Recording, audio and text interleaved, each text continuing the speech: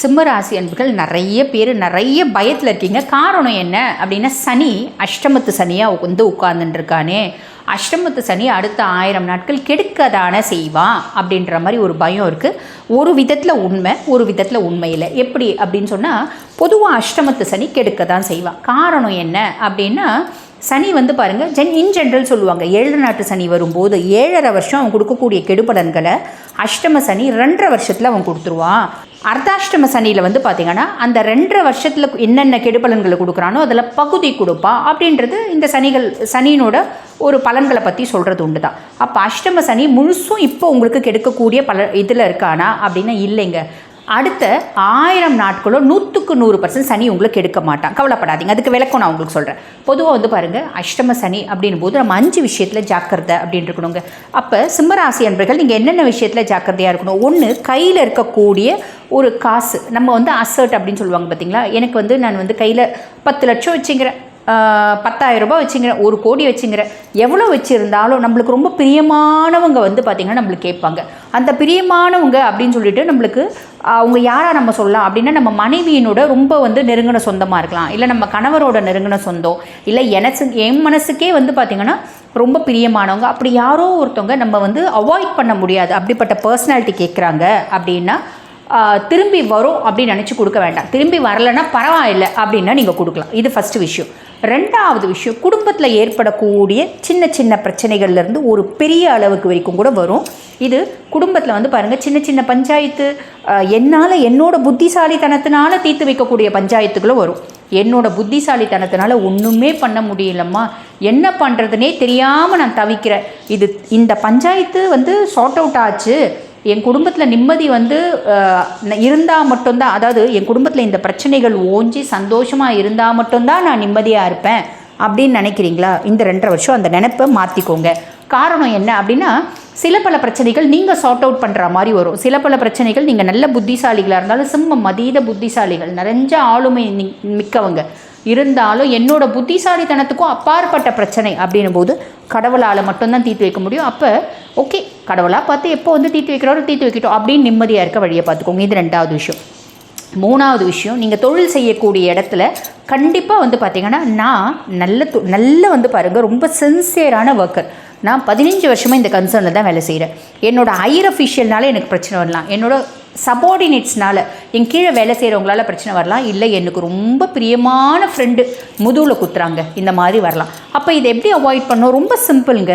நம்ம பெரிய லெவலில் யாரையும் நம்பவும் வேண்டாம், யார்கிட்டையும் ஒட்டி உறவாடவும் வேண்டாம். காரணம் ஒன்று சொல்லுவாங்க பார்த்தீங்கன்னா, சேரப்போனால் செடியும் பகை. செடி தானேப்பா, இது போய் நம்மளை என்ன ஹர்ட் பண்ண போகுது அப்படின்னு நம்ம வந்து கிட்ட போனோம் அப்படின்னா அது கூட அது கலையால் அடிச்சுடுமா. அதனால் நம்ம கிட்ட போகிறது, யார் கூட எப்படி இருக்கிறது வேண்டாம், இப்படியே இருந்து நல்ல ரிலேஷன்ஷிப்பை மெயின்டைன் பண்ணிக்கோங்க. இது 3வது விஷயம். 4வது விஷயம், நீங்கள் எந்த இடத்துல வந்து வசிக்கிறீங்க, நம்மளோட நெய்பர்ஸ்னால நம்மளுக்கு தேவையில்லாமல் அவங்களுக்கு நம்ம மேலே பிரச்சனை வருதுப்பா. நேற்று வரைக்கும் அவன் நல்லா பேசியிருந்தப்பா, இன்றைக்கி என்ன ஆச்சோ தெரிலப்பா, உடம்புக்குள்ளே ஒரு பூதம் பூந்தா மாதிரி பிஹேவ் பண்ணுறாங்க அப்படின்றது. அந்த வார், அந்த கான்ஃப்ளிக்ட்ஸுன்றது டைரெக்டாகவும் இருக்கலாம், இன்டைரக்டாகவும் இருக்கலாம். பெருசாக கண்டுக்காதீங்க. என்ன அவங்களாம் என்ன கடைசி வரைக்கும் நம்ம கூடவா வரப்போகிறாங்க? பொதுவாகவே வந்து பாருங்கள், நம்ம லைஃப்பில் யார் வந்தாலும் அது ரயில் ஸ்நேகம் மாதிரி தான். உங்கள் ஸ்டேஷன் வந்தால் நல்லா பேசலாம். நம்ம ட்ரெயினில் ட்ராவல் பண்ணும்போது தெரியும், எதிரில் சீட்டில் இருக்கவங்க, பக்கத்தில் சீட்டில் இருக்கவங்க, எல்லாரும் கூட நல்லா பேசலாம், பிஸ்கெட் ஷேர் பண்ணிக்கலாம், எல்லாமே ஷேர் பண்ணிக்கலாம். உங்கள் ஸ்டேஷன் வந்து பாய் அப்படின்னு இறங்கி போயிடுவாங்க. அந்த மாதிரி தான் வந்து பார்த்தீங்கன்னா நம்ம லைஃப்பில் வர ஒவ்வொரு பர்சனாலிட்டிஸும் நம்ம நினைக்கணும். இந்த 1000 நாட்கள் முக்கியமாக ஞாபகம் வச்சுக்கோங்க. 5வது விஷயம், ஆரோக்கியத்தில் கவனம் அப்படின்றது வச்சுக்கோங்க. ரொம்ப சிம்பிள், புரியுதுங்களா? பொதுவாக வந்து பாருங்கள், உங்களுக்கு இந்த சனி பகவான் வந்து பார்த்திங்கன்னா லார்ட் ஆஃப் 6 and 7, ருண ரோக சத்ரு ஸ்தானத்துக்கும் அவன் தான் அதிபன், கலத்திர ஸ்தானத்துக்கும் அவன் தான் அதிபன். அவன் தான் இப்போ 8ஆம் பாவத்தில் போயிருக்கான். சரி, 8ஆம் பாவத்தில் இருக்க சனி அவனோட பார்வை அப்படின்னு இருக்குது இல்லைங்களா, அவனோட பார்வை வந்து பார்த்திங்கன்னா ஃபஸ்ட்டு 2ஆம் பாவம் தன குடும்ப வாக்குஸ்தானத்தில். அப்போ நான் ஆல்ரெடி சொன்னேன், குடும்பத்தில் சில பல காம்ப்ளிகேஷன்ஸ் வரும், அதை ஓவர் கம் பண்ணிக்கோங்க அப்படின்னு. பெரிய லெவலில் யார்கிட்டையும் காசு கொடுக்கறது, கடன் கொடுக்கறது, நம்பி கொடுக்குறீங்க அப்படின்னா அதில் கொஞ்சம் ஏமாற்றம் வர்றதுக்கு வாய்ப்பு உண்டு. இல்லைம்மா, எங்களுக்கு பிஸ்னஸே வட்டி தொழில் தாம்மா, நல்ல ஆளுங்களை பார்த்து கொடுங்க. ஓகேங்களா? ரொம்ப சிம்பிள். அதுக்கடுத்து அவனோட பார்வை 5ஆம் பாவம் பூர்வ புண்ணியஸ்தானம் புத்திரஸ்தானத்தில் சனியினோட பார்வை. பிள்ளைங்க ரீதியாக மனக்கஷ்டம், மனக்குழப்பம், மனசஞ்சலும் சாலிடாக வரும்.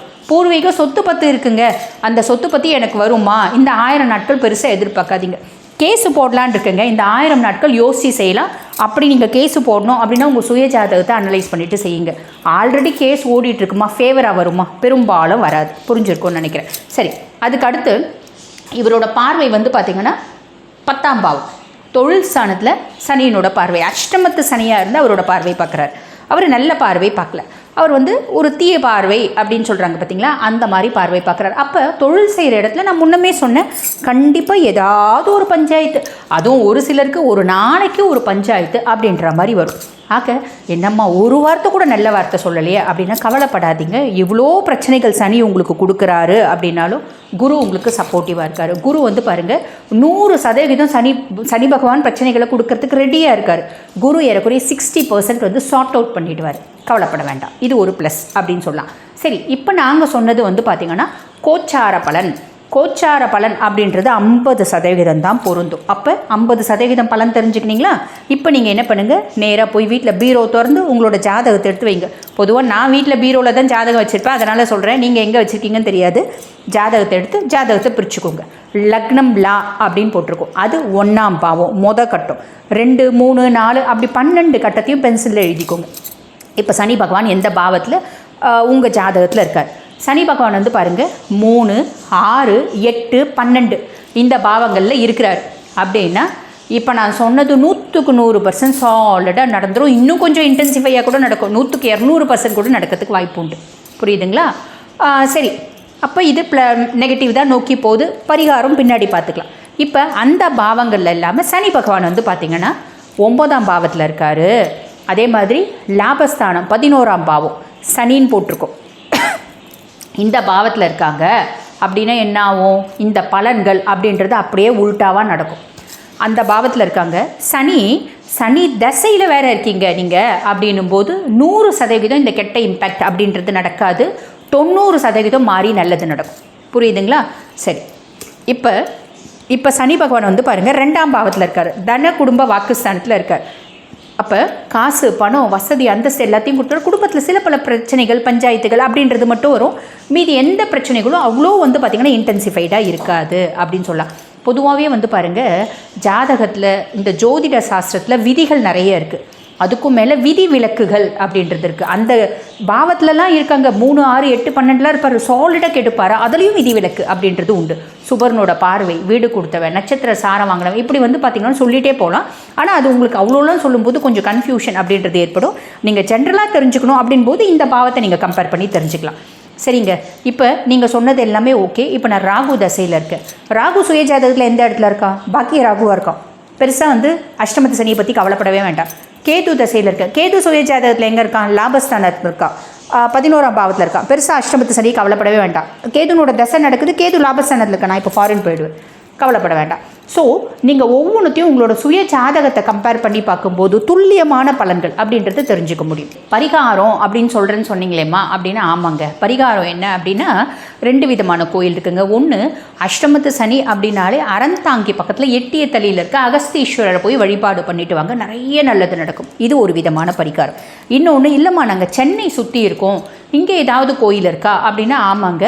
பொழிச்சலூரில் வந்து பார்த்திங்கன்னா அகஸ்தீஸ்வரர் கோயில் இருக்குது. இந்த அகஸ்தீஸ்வரர் கோயிலை பற்றி சொல்லணும் அப்படின்னா சனி அவனோட தோஷ நிவர்த்திக்காக, அவனோட பாவங்களை குறைச்சிக்கிறதுக்காக ஈசனை வழிபாடு பண்ணி பாவ நிவர்த்தி, தோஷ நிவர்த்தி அடைஞ்ச இடம் அப்படின்னு சொல்லலாம். அதுக்கு சாட்சியாக சனி இன்றளவும் சின்முத்திரையோடு காட்சி கொடுக்குறார். அப்போ நாங்கள் பொதுவாக வந்து பாருங்கள், இந்த மாதிரி பரிகாரம்லாம் சொல்லும்போது நிறைய பேர் என்ன பண்ணுறீங்க, நேராக போகிறீங்க, சனியை போய் பார்த்து கும்பிட்டு வந்துகிட்டே இருக்கீங்க. சனியேங்க சாப நிவர்த்தி அடைஞ்சது யாரால், தோஷ நிவர்த்தி அடைஞ்சது யாரால் அப்படின்னா ஈசனாலங்க.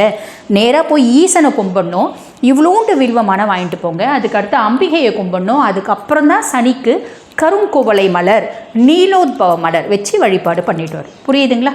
புரிஞ்சுக்கோங்க, கரெக்டாக செய்யுங்க. உங்கள் சுய ஜாதகத்தை வச்சு நீங்கள் பலனை அனலைஸ் பண்ணிக்கலாம். புரிஞ்சிருக்கும்னு நினைக்கிறேன். வாழ்த்துக்கள்.